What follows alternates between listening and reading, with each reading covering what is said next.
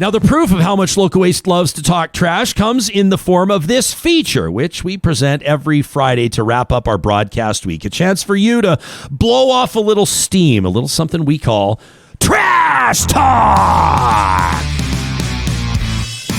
All right.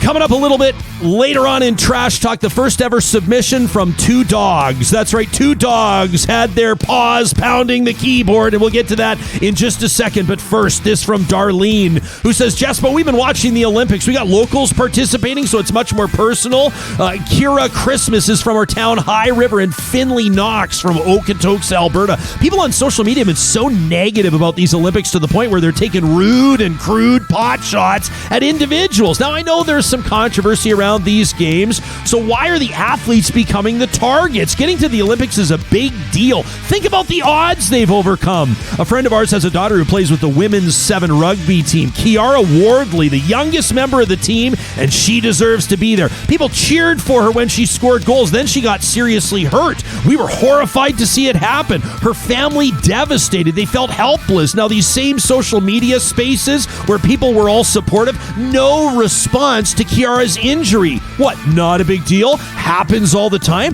Are we that desensitized and distanced we can't relate? I couldn't even find decent follow-up on her injury. Now, I know from family members what happened, but where's the media on this? This is just what happens?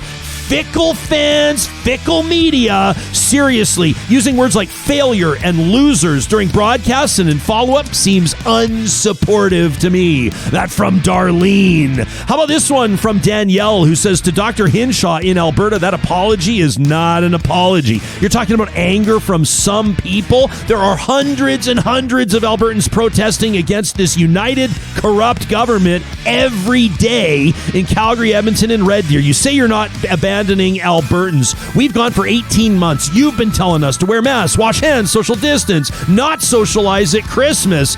Now you're saying, along with that Rottweiler Tyler Shandro, that it's all based on science? Pray, says Danielle. Give us the facts. We can take them. The number of cases is up. The number of hospitalizations is up. Epidemiologists and doctors around the world warning us against the Delta variant, but we're okay in Alberta in the pudgy little hands of our fearless leader. My son has Crohn's. Vaccines will not protect him. No antibodies. Zero. I hope you won't be responsible for grave illness or death, but I wouldn't be surprised. Living in fear, signs off Danielle in Alberta, not of syphilis, not of the flu, but of the Delta variant and being the victim of that little dictator from Ontario who hides behind your skirt. That from Danielle. I checked with Sarah. She said it's okay if I read that as long as it came from a woman. Check. And finally, this is one of my favorite Twitter accounts in the entire world, Bunsen Burner BMD. You know Bunsen and Beaker, the science dogs? Unbelievable account. They said, Jespo, you might appreciate our COVID analogy. We're not sure if it's a good fit for Trash Talk, but anyway, I looked at it. It's a great fit for Trash Talk. Here they are, the pups woofing in. COVID spread takes time. Let's say 50% of people, a low vaccination rate, just stop picking up dog poop at a dog park. To start with, you don't notice it. There's tons of space and very few poops. Where is all the poop? People say, what's the worry? But days go by, 50% of people still leaving poops. Now, some people have protected their feet by wearing rubber boots. This is where it gets totally fucking disgusting. The 50% not picking up poop are wearing sandals. Now, more days go by, and now there's poop everywhere. Everyone's stepping in it. Sandal people are getting it between their toes.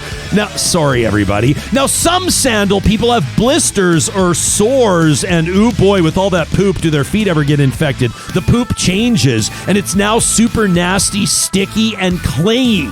Now, boot people are tracking the poop everywhere, too. Boot people don't know they're covered in poop because they're protected.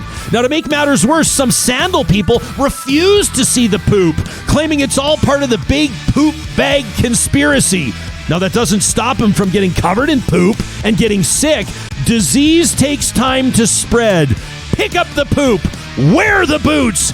Get vaccinated. hashtag science. That from Bunsen and Beaker with easily the most disgusting and accurate trash talk analogy of all time. You can reach us at talk@ryanjesperson.com or via our hashtag RealTalkRJ. Have an absolutely incredible weekend. We'll talk to you again live on Monday. Next week on the show, Andre Picard, health writer for the Globe and Mail. The battle over nurses' wages. We'll review our question of the week. You can answer it right now at ryanjesperson.com on health measures and, of course, positive reflections coming up on Monday. We'll see you then, you beauties. Have a great weekend.